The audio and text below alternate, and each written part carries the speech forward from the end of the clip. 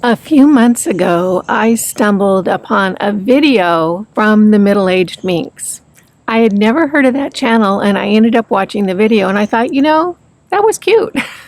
And I moved along. Probably a day or two later, I ended up watching another video, and then another video, and then another video from her. And before I knew it, I was absolutely delightfully sucked in to this incredible world of Jo Good. There was just something about her energy, her zest for life, just everything about her. I was absolutely enthralled and kind of a little bit hooked on her channel, which was so interesting to me because Jo and I are almost exact opposites. Jo lives in New York. She loves the city. I do not.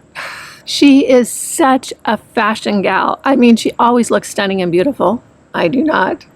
There is almost nothing that she and I have in common other than the fact that I think we really just love life. So I got it in my head that I wanted to interview Jo because I just found her so fascinating. And I thought, you know what? I'm going to do something I've never done, and that's pull the YouTube card and ask her if I could interview her. And it mostly was because I just wanted to spend some time with her. I was just so enamored with her charm. Well, her people talk to my people. Kidding. I don't have people. Jo has people. So I talked to Jo's people and we set up a date. I'm just getting ready to go in and sit down in front of my computer for our Zoom call. And I'll tell you what, I am very, very excited. What I did after the interview was booked and on my calendar, I started doing some research on Jo. And oh my gosh, I'll have to tell you, I am so grateful that she is taking time out of her very busy schedule and very glamorous life to spend some time with me. She runs in a circle that I do not. The people she spends her time with are actors and musicians and other people that are in the spotlight. Clearly,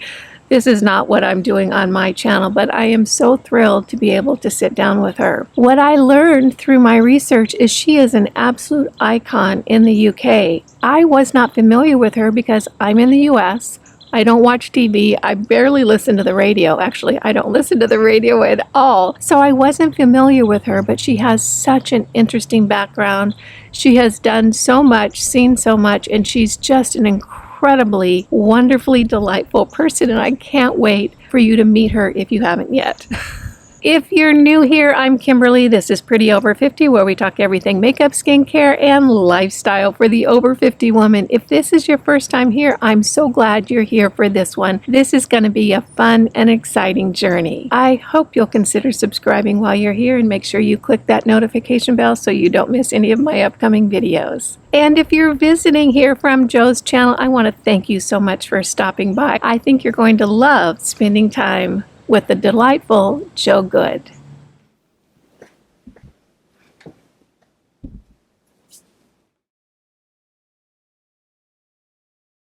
I have to tell you, this is the highlight of my month. I am so grateful to you for giving me a few minutes of your time. Thank you. I want to thank you, Jo Good, for joining me today. It's so exciting to have you on Pretty Over 50. This is such a treat for me. So thank you for taking time to spend with me. Kimberly, are we going to come clean and tell everybody how I got it completely wrong?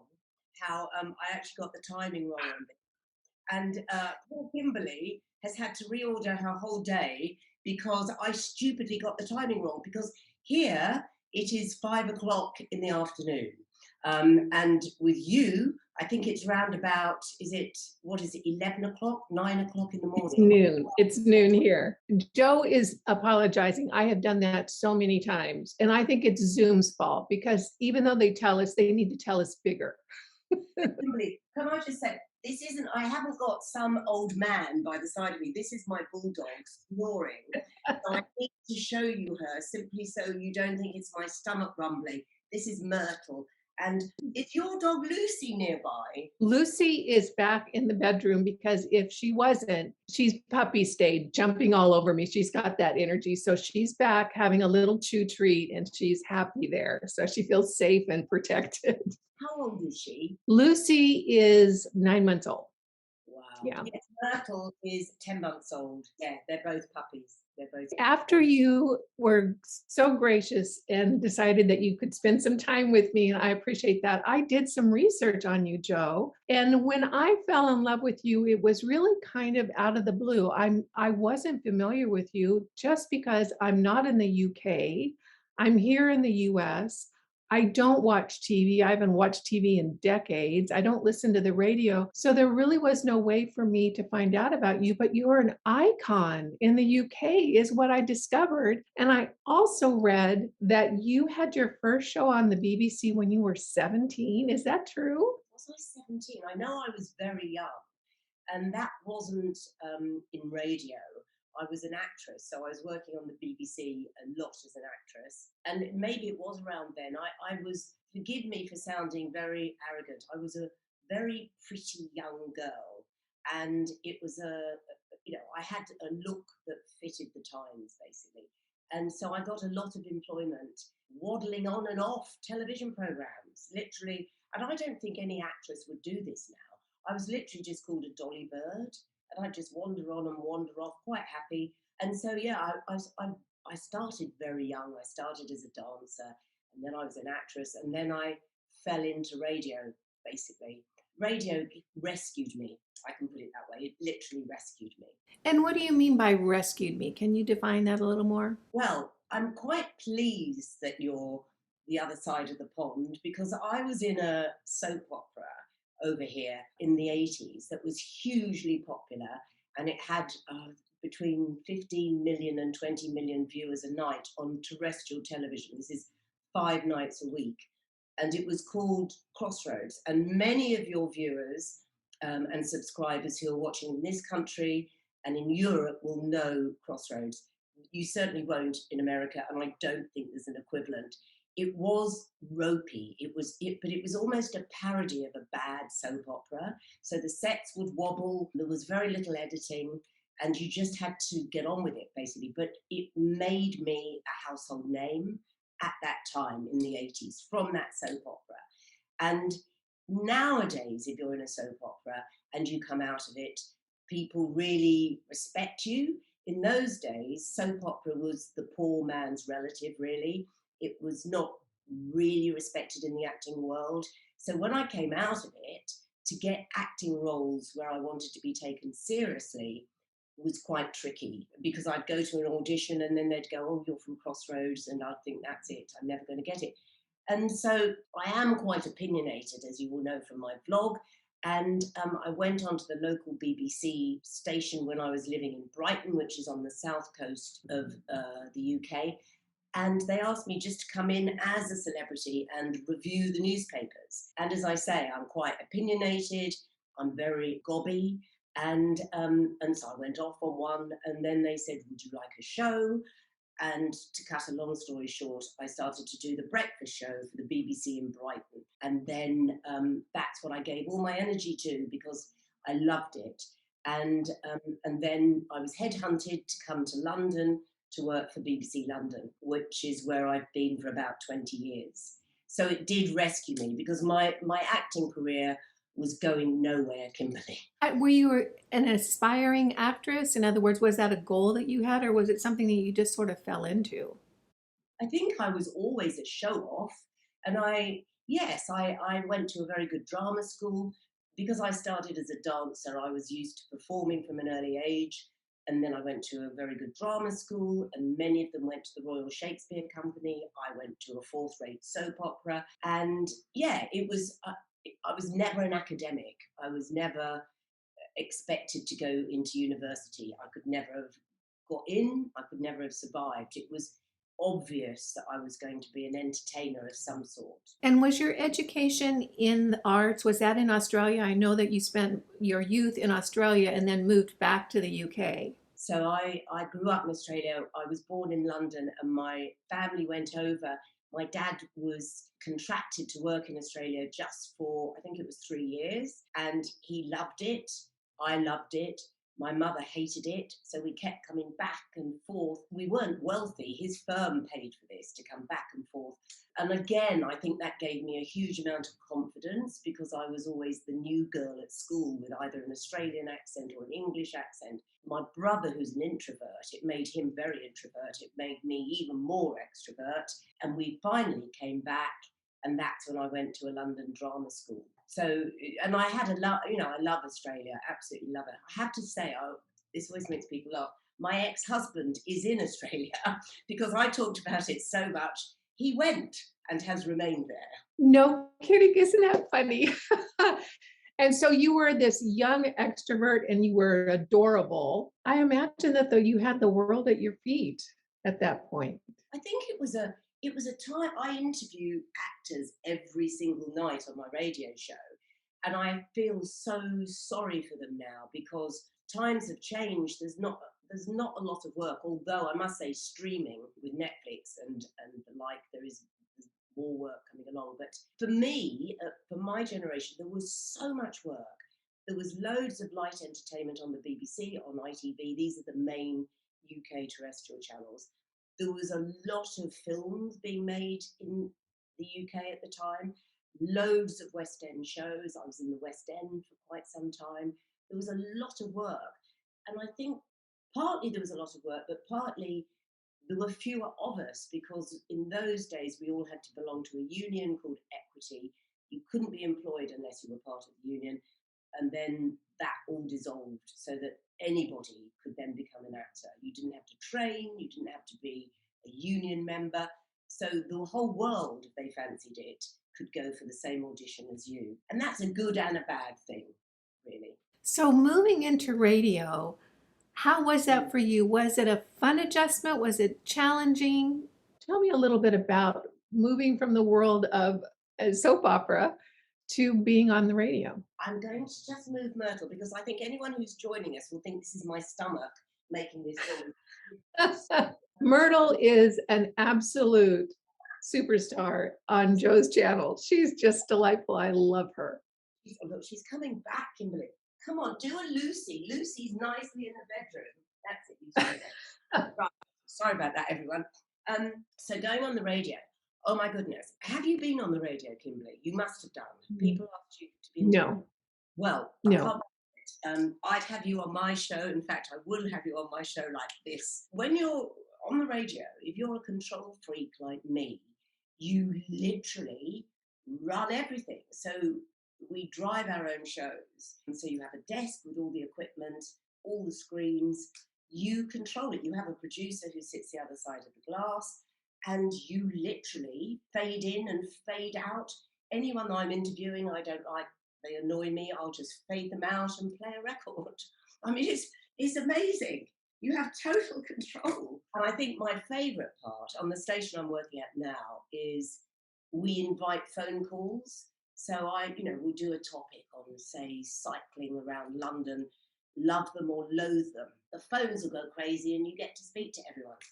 And I love that. I love people, as you probably gathered. So yeah, it's a great job, but it's also a job, and I'm being strictly honest here, that I am clinging to by my fingertips because, like everything else, it's not youth dominated, but I think it's the way they want it to be. So they want young people to listen to the radio, which I don't think is ever going to happen because they're streaming and they're Spotifying. And so for me at 67, to still be a daily radio presenter on the BBC, I'm on borrowed time, Kimberly.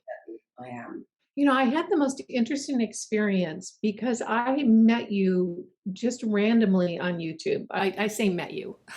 I was watching your videos nonstop. I was binging them. And I found you so charming and delightful and vulnerable. And there is such a authenticity and loveliness about you on your YouTube channel that I fell in love. And it was one of those kind of experiences, oftentimes that way back when I used to watch TV, I haven't watched TV in almost 30 years, when they had shows on where you would get to know the characters and you would get involved. That's what happened with me. I got to know you. I got to know Anna, I got to know Myrtle, I got to know your mom, it's like, and I become so connected to you that I could no sooner miss a middle-aged minx video than it's like, that's what I do. I watch middle-aged minx on Sunday, and it's like a treat for me. I'll set aside some time where I can sit and just spend the time. When I was researching for this interview, I listened to a few of your interviews that you did where you were working. I was stunned. It's a completely different side of you. You are in charge, and I don't want to say business-like. I'm trying to think of the word, but very, very focused, very driven, a completely different personality. And I was so surprised because I had gotten to know the vulnerable side of you. Can you talk to me about or share with us the shift that you need to make to go from that driven radio personality to the vulnerable delight that we see on YouTube? I have so much. When we came on air, I said to you before we started recording, I have so much to thank you for, because my subscribers just increased, literally hundreds through you. And it was through one of my own subscribers who just left a message saying, "Joe, do you watch Pretty Over 50? Because she has just given this huge plug for your channel." And she went, "Scroll through to whatever." And we do the usual thing. You scroll through, and you had just moved. And I think you're lying in bed somewhere. And I was in a hotel room. and so much of you, I could see me. You had your glasses, no makeup on, and you went, "Forgive me, I know this is boring, but this is how I am." And then you said, "You must watch this person." And you said, "She's got a whole cast of players."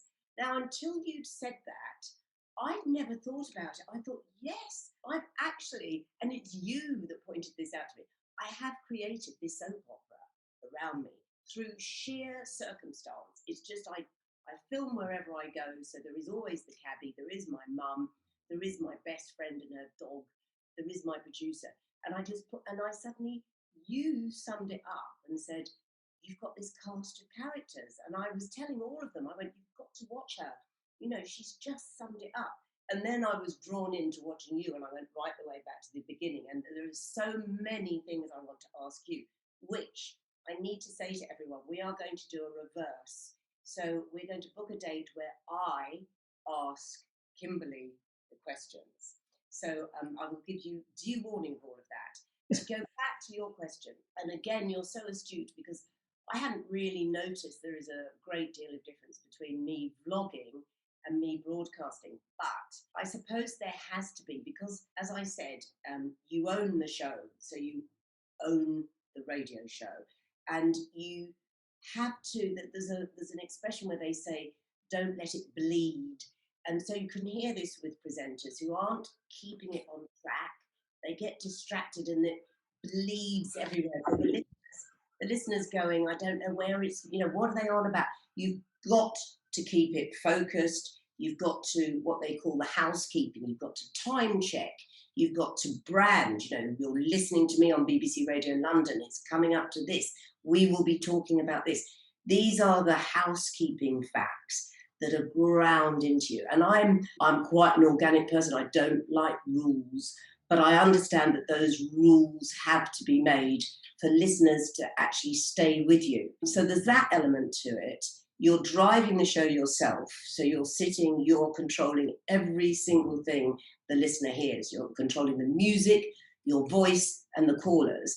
But the other thing, and this is what I've had to learn, and it's been a very harsh learning curve because I made lots of mistakes. I'm not a journalist, and yet I've had to deal with very big breaking stories whilst I've been on air. So I've had to learn. So the death of Princess Diana, I was on air. I don't think I will ever go through anything like that again, because people were just calling the radio station and crying people who'd never called us before. They didn't know who to call, who to talk to. 9/11, I wasn't on air. I was brought in the following morning. You have to change mood.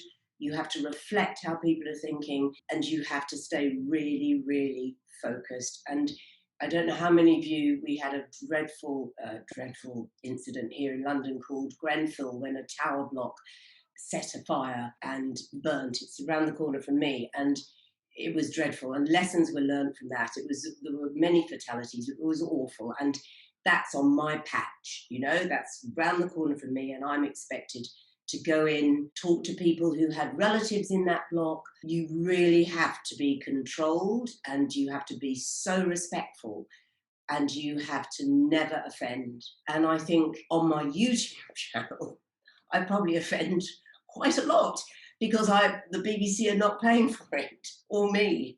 So that's the difference. Between the two, and this is a tough question, I don't know if there's an answer, which do you prefer between the BBC and your YouTube career? I think, and I'm sure, and I'm dying to ask you this question, do you not think where you are now, this is where you're meant to be? This makes sense of everything that's happened in your life. From what I've seen from your channel, you don't give away as much as I do. You're not so, what's the word? I'm very unguarded at many times. Having said I'm very guarded on the radio, I'm probably stupidly unguarded on YouTube, and I might well fall apart because of this. You are a little bit more guarded and about where you live.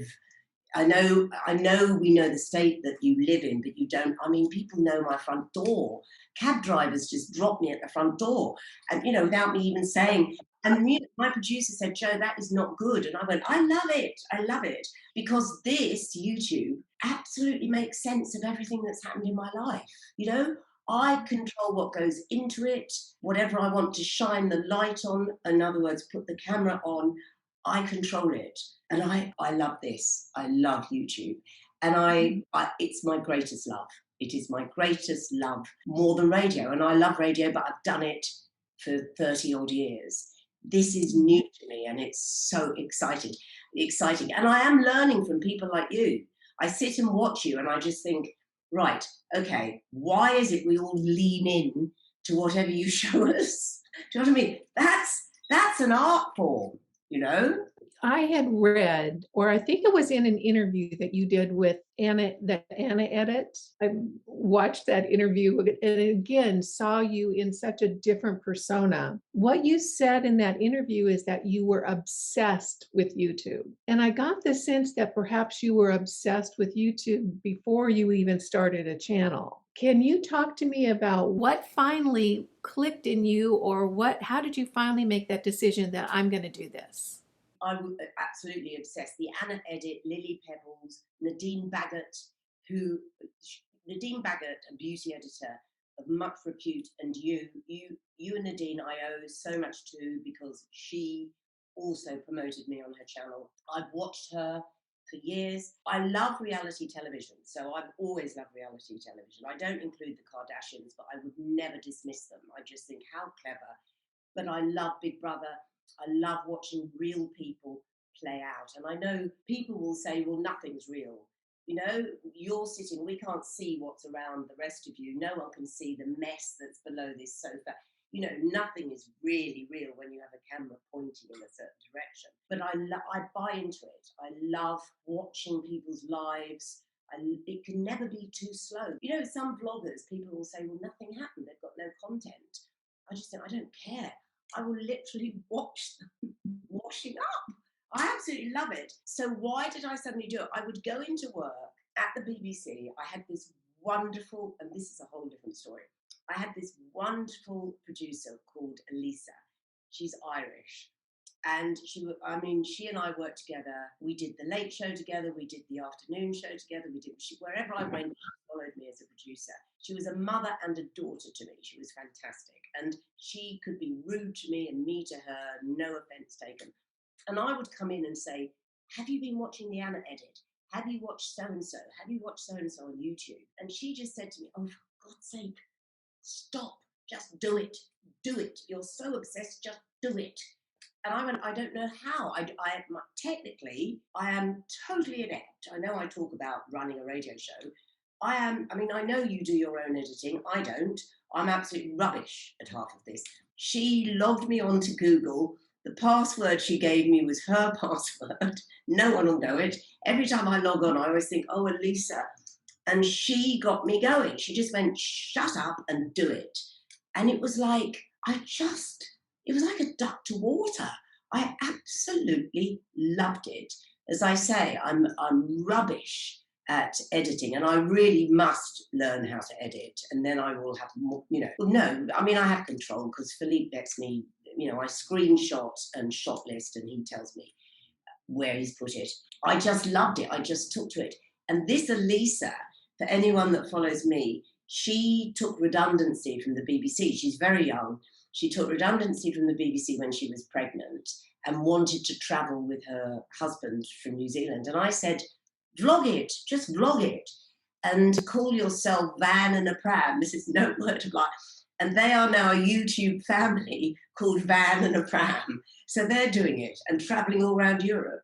That's wonderful. I want to talk with you now about what I see as a change or a sea change worldwide. And I think that you touched on it a few minutes ago, and it really ties back to what you're doing on YouTube. And what I am seeing is a real move towards authenticity. I see people of all different walks of life in all different arenas, different political persuasions, different lifestyles, dropping behaviors that were almost a shield or a cover and embracing a more real, authentic life. And I know that sounds a little bit nebulous and unsure, but I see it in so many different areas. And what I think that is happening on YouTube is that people are seeking out someone who is real on YouTube. And I'm seeing, I came from the beauty community, putting on makeup, talking about skincare, that sort of thing. And I have sort of moved away from it simply because things are changing in my life, and what I'm doing now seems more relevant. I am seeing a loss of interest in that and a increase in interest in wanting people to just show us who you are. Talk to us about your feelings, show us your life. Let me spend the day with you. And I think that there's a comfort in that for people when times are turbulent, that be able to turn on the middle-aged minx and watch Joe and just be delighted in having a little insight into your life. And I think that there's going to be a huge shift towards that authentic, real life. And the fact that we're not produced here on YouTube, it's you with the camera, it's me with the camera, it's Van and a Pram with a camera. No one's setting the agenda. There is no narrative. There's no script. Can you talk to me a little bit about what you have seen for your channel, because you're so authentic and you're so vulnerable and you're just so very there? What are you seeing from your viewers and comments, and how are they responding to that? I'm nodding to everything you say. I think the pandemic certainly shifted things a great deal. And I saw a change there. And in the pandemic, I was doing my radio show from this flat because the BBC had literally closed down. So they delivered a kit and they just they plugged it into my internet, a man in a mask, and I broadcast from here. And I became like an umbilical to people who were in lockdown, online, around London, all over the world, lots of expats. And you could sense the tide was changing. People's priorities had completely changed. Now, I don't know about you. Here, we all live on top of each other. There's lovely London parks, but very few people have gardens or balconies or anything. What everyone wanted to do was to get outside, to grow things, to nurture things, to start to appreciate their gardens and growing things on flat roofs, on windowsills. All of this started from the pandemic, this real nurturing instinct. I think it also showed the vacuousness of even my content, actually. And I admit I've made huge mistakes because you get overexcited. I get very overexcited because brands would come to me and I just think, good God, I'm a 67-year-old and someone wants to, but that in itself is a real indication of how things have changed. I said to you, I was a dolly bird at the age of 16. That's how beauty was seen. It was like, pretty young things in miniskirts. To have a brand, and this is not me promoting myself for brands, but this is a real indication, because I never started out wanting to promote brands at all, but to have a high-end brand come to me and say, it's not that you've got hundreds of thousands of viewers, it's just that the people that follow you trust you.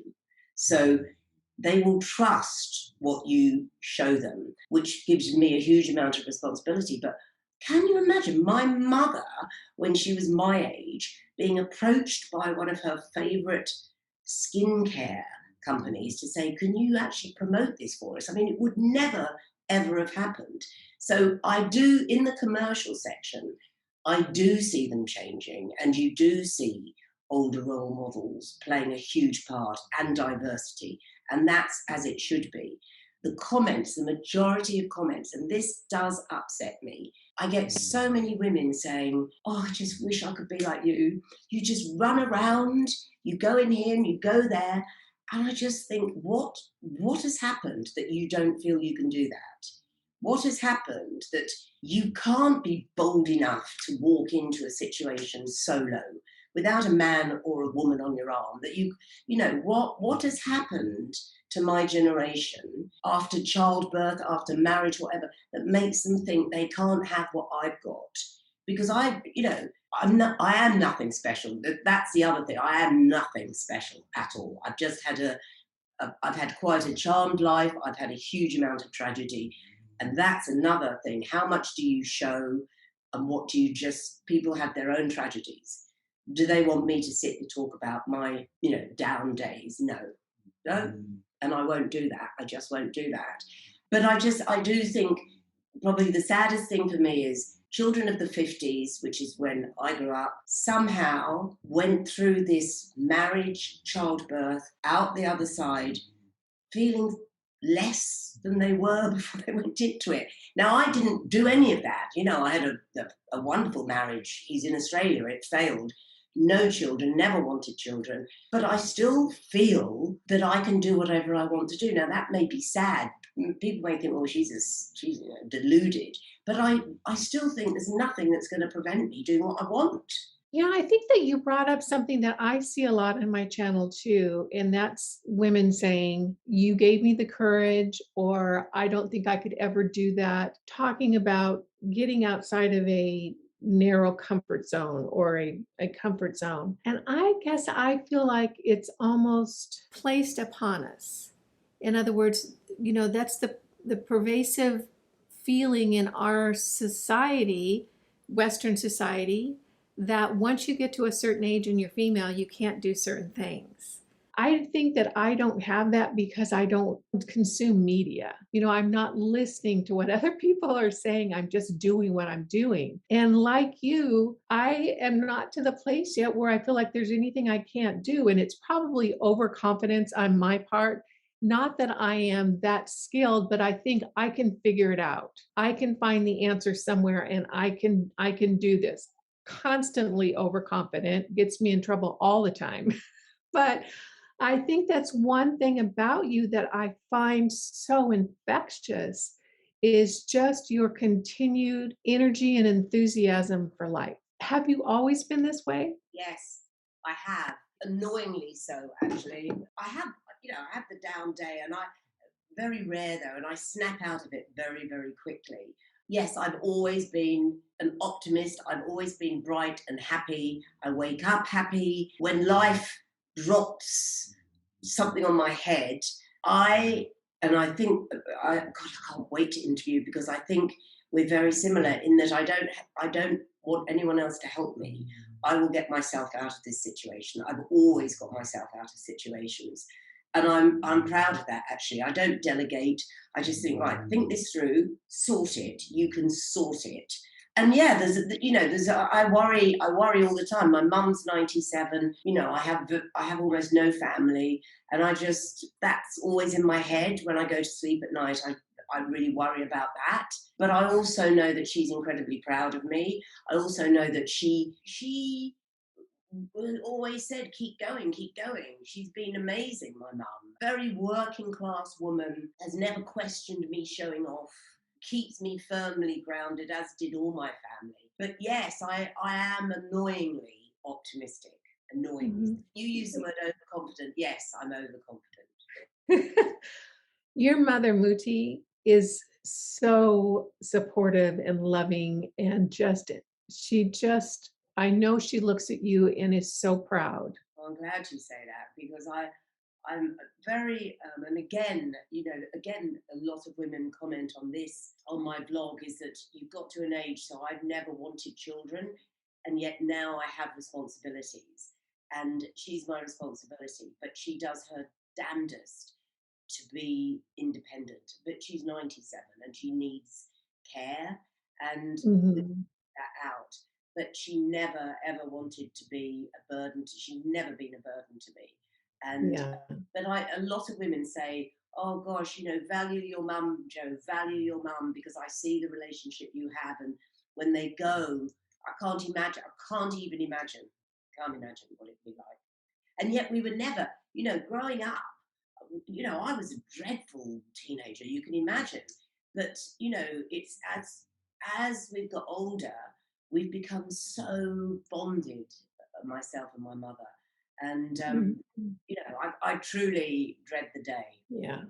She's an amazing woman, and I can tell she has your sense of independence. So we certainly know where you got it from. So what do you love the most about YouTube, and what do you love the least about YouTube? So, right, this is interesting. What I love about it is the connection. I love the connection. It's not as organic as radio, because radio I get a phone call straight away if I wanted something.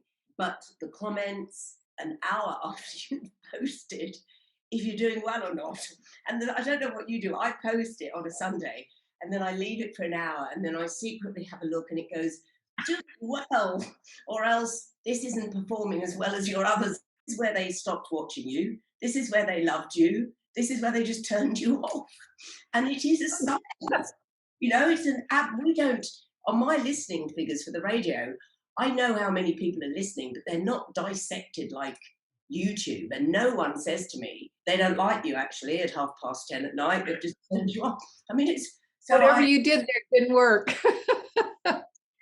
Exactly. So you can't fool it. You cannot fool it. And so I love that. And as I've said, we control what we put out there. I absolutely love that. The downside, and I am really apprehensive about talking about this, because the subject of trolling, people will often say, just don't mention it. Just if you mention it, you make the whole situation worse, basically. I can't ignore the trolling. I'm intrigued by people. I'm as intrigued. This is probably, I'm going to end up with so many trolls after this, but I'm as intrigued by people who can take the time to be so vile about another person. Do you know what I mean? And then they'll say things like, I've got to take my children to school. And I think, hang on, you're writing this, you're a mother, and you Yeah. you know what I mean? And forgive me for saying this, sometimes they're really funny. Sometimes I want to answer and go, oh my God, you're absolutely right. You spot on. You're absolutely right. But if I did that, I'd be on a hiding to nowhere. So I ignore them. But at the same time, they have a huge amount of space to let their hatred or whatever it is they have for various YouTubers, they have a platform like the rest of us. And that's the deal. If you put yourself out there, you have to take the flack, don't you? You probably don't have any. You probably don't have any. I mean, I don't want to encourage anyone to start trolling me even more, and you at all. Why would people do that? I think there's an infinite number of reasons. There's a girl here called Sally Hughes. She won't mind me saying this. She's a very influential beauty editor, correspondent, has a YouTube channel, and she had enough of the trolling. And somehow she managed to meet one of her main trolls. And there was a BBC documentary about it. She actually met this woman, and she started off, she sat in a shopping centre and said, I'm going to meet this person who has pretty well been a pain in my neck since I started, you know. And we're all sitting there thinking, who's going to come out? And this nice looking young mother comes out and sits by the side of her. And Sally says, why did you do it? And she said, I don't know. I don't know. Wow, that's surprising. Just an outlet for anger, I suppose. And we all get angry. I mean, I sit and watch anything screaming at screens, but I would no sooner log on and start, you know, writing about it. It may go through my head. And as I say, some of them are quite witty and quite poignant, but it's still, I tell you, so at the risk of getting a little bit too involved in this, I interviewed a guy who's got a best-selling academic book on witchcraft, and not witchcraft at all, witches and witch hunts, going all the way back to medieval times. He's an Oxford Don, and he wrote this amazing book, and he was on my show.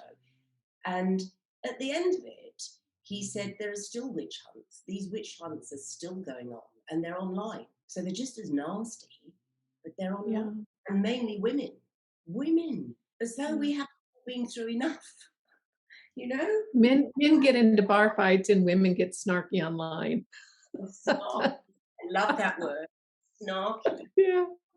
So what's in store for you as you move forward in your YouTube journey? What are your plans? What are you looking forward to? How do you see, where do you see the middle-aged minx, 2 years from now? Right. So what I want, and I say this to my subscribers all the time, is I just need to get to 100 so I can have a silver button. Where's your You want that plaque? button? Have you hidden it, or is it on the wall? Oh, it's tucked away in my studio. I had it up for a little bit, but Difference. Yours is tucked away. Mine will be right next to Miss Bag. Anyway, good. If it takes as long to get to 100 as it has done to 50, then I may not even be here to celebrate it. One thing I want to point out before you move on, your channel is incredibly successful. And I'll tell you why. Because subscribers don't count. That's meaningless. It's a meaningless metric. What counts is views, is watch time. I have never seen another channel. There may be other channels out there, but I have never seen another channel like yours where your view count on your videos is as high or higher than your subscriber count. That's unheard of. The level of success that indicates is mind-boggling to me. Thank you, and it does show that my viewers don't know how to subscribe. It's a technical issue. Get someone to show you. But anyway, tell me what you think about this, Kimberly. So this is what I want to do, and I don't care if the BBC watch this. I really don't care. What I want to do is, as I've said, I'm hanging on to my job at the BBC by my fingernails. There is always someone younger trying to get through the door, and at the moment I've got my foot against the door. But at some point they're just going to rush through, and that's me. My headphones knocked well and truly off my head. So what I thought, and this is what I plan on doing, but it takes time, is moving my radio show onto my YouTube channel so that I will have a chat show on YouTube live. Now, other people have done this and it's dreadful, it's really dreadful. So it's got to be well thought out. I've got to have 2 cameras, I've got to have good sound. I can't have people saying who's speaking, I don't know who's. It's got to be well and truly done, and that takes time. And at the moment, in fact, Philippe, my editor's coming here in a minute to talk about how we can do this, because he's got to get other cameras. And I mean, he's a young boy. He's my proudest moment, Kimberly, because I've known him since he was at school, and he's just like this geeky boy who I said, oh, do you know how to upload this? I've just shot all this stuff. And he went, I'll do it all on my phone. He does it on his phone. I know, unbelievable. Anyway, he now has a really, really, really good job. So he edits my YouTube as a favor to me. I do pay him, I hasten to add. He works for me, but he's my proudest moment because he gets as excited to get comments about him as well, and he's doing really well. But I said to him, I want him to be one of the cameramen and to do sound. I have all my contacts from the BBC that I can fill shows, I can do a daily show, but it would take a lot of sorting out, and I've got to give it a lot of time. So that's my next stage. Yeah, that would be very exciting. But I have to say, you're not going to stop doing your regular channel, right? Because I No. would miss you so terribly. And they will be on the periphery. So that would all be going on, the whole crazy life. And then in the middle would be the chat show. I love that concept. I love that concept. I literally, Joe, could watch you just hutter around the house, Look, there's what she's having for breakfast. And I think it's your energy. It's your energy just comes through, and that energy feels very good. Well, thank you. Can I just ask, just because I will ask more when I'm asking you the questions. You say you come from a beauty background. Is that no? No, I wasn't in the beauty industry. Everyone know what you were. I actually, believe it or not, was an illustrator and product designer for the gift and paper products industry for almost 35 years. So creative. You've always been creative. Yeah.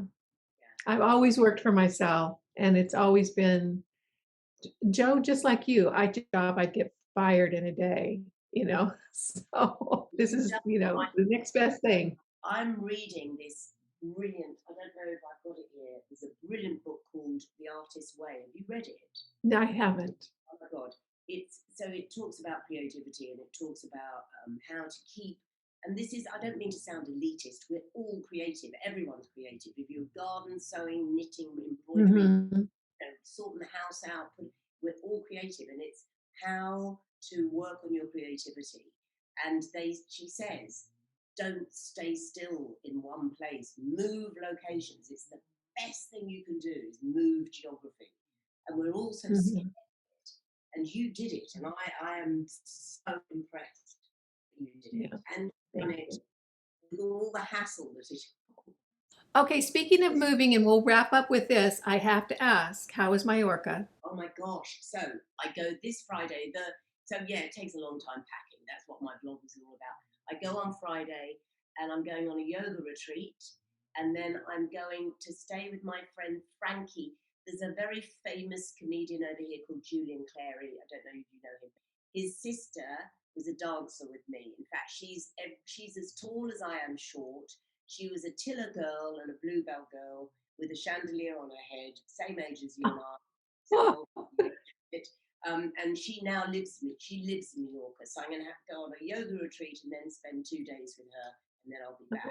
Oh, lovely. I can't wait to hear all about it. Joe, I want to thank you so much. This was such a treat for me. I just am so charmed and taken with you, and I appreciate you spending some time sharing your life and your YouTube journey with us. I owe you so much that you don't even realize. You do not. You don't owe me a thing. I am so delighted. I'm happy to spend time with you. I would do laundry with you. I'd sweep the floor with you because I know it would be a blast. You went over to the UK. I haven't been, and I don't know why. Why? No, I don't know why. So we got to sort that out. I know you've got a lot on your plate at the moment, having just moved, but you've got to meet Marylebone. You've got to see Marylebone. Oh, I meant to ask you to talk about your outfit. I know what you're wearing. I can't remember the name right now, but those two gals that you first saw at a pop-up shop. Rixo, London. London brand. I love that outfit that you have on right now. I just love it. I love your sense of style. I just do. So thank you, Kimberly. Thank you. I hope that we can stay in touch because I just adore your energy. I think you're just spectacular. Have a great trip.